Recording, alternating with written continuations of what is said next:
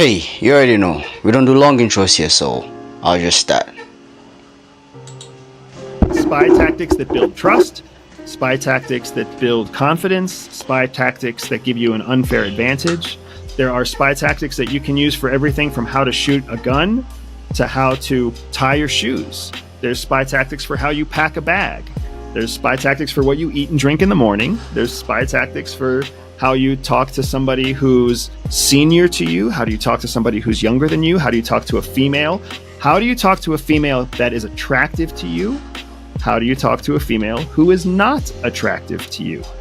How do you talk to a female who is older than you and also attractive to you? There's tactics for all of it, because at the end of the day, what a spy is trying to do is achieve a very specific outcome. And the only way that you can get your outcome is if you understand how to take advantage of the subconscious of your target so that you can deliberately move the conversation in a direction that benefits you. That does not mean manipulate everyone. What it means is when you are on a mission with a specific outcome that you're trying to achieve, you take deliberate actions to trigger with high probability the outcome that you desire. Now I want to know what tactics do you use to talk to a female that you're attracted to?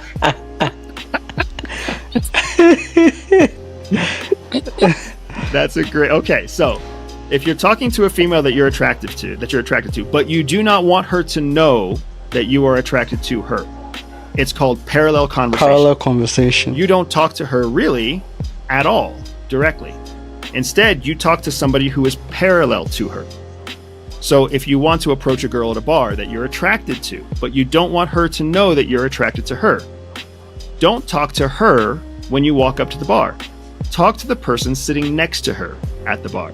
Maybe it's a boy, maybe it's a girl, maybe it's an old person, maybe it's a young person, maybe there's nobody else at the bar. So you talk to the bartender. But you do not show her that you're attracted to her. Because subconsciously what will happen is you will engage in a conversation.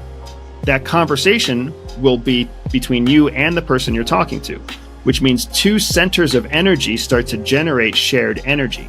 That is going to naturally attract the curiosity of the third person.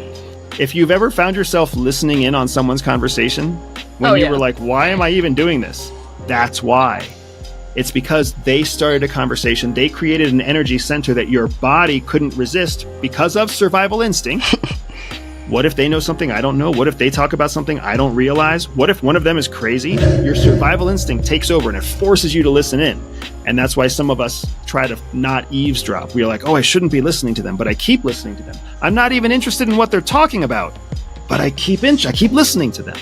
So it's called parallel conversation. If you ever want to talk to a female that you are attracted to without letting her know that you're attracted to her. Is that a spy tactic? Don't let her know you're attracted to her? Or Absolutely. It absolutely is, because in every relationship, you have to consider the dominance in the relationships.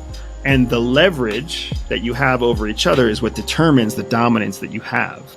So if you're trying to approach a target, remember, in CIA speak, we're not approaching a date.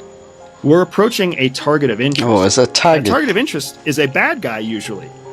They're a drug dealer. They're a smuggler of children. They're the wife of a senior general, right? They're somebody important. So you want to never give them the leverage to have dominance over you right out of the gates, because it's confusing to the relationship. Instead, you have to find a way to approach them on equal footing. If I talk to you, you have the dominant position because I'm deferring my attention to you before you defer your attention to me. Mm-hmm. But if I talk to somebody next to you and you then join the conversation, I have dominance to you because you are showing me attention before I'm showing you attention. Now, if you want to talk to somebody who you are attracted to, then you do want to give them the benefit of dominance. Because what you want to do is you don't ever want to come across as a threat to them. One of the ways that you can make sure that you don't trigger a threat response is by letting that person know they're in the dominant position. So you would find a way, a reason, a cause to approach them that is not threatening to them. So you come up to them and maybe you ask them a question that's unrelated to them, right? You ask them, do you know where the restroom is? Or you ask them if they've been to this, have you been to this bar before? Even as cliche as that is, have you been here before? I think this information is a good one that we can all learn something from. You can rewatch it again if you didn't grasp the information very well. So we've come to the end of the video, and I'll catch you again in my next video. Adios amigos. More love, less ego. Love is still the answer and ego is the enemy. Don't forget to like, comment and subscribe, and also share with your friends, and also click on the notification bell icon so that any video that I post, you will be the first to get it. Adios amigos. Bye.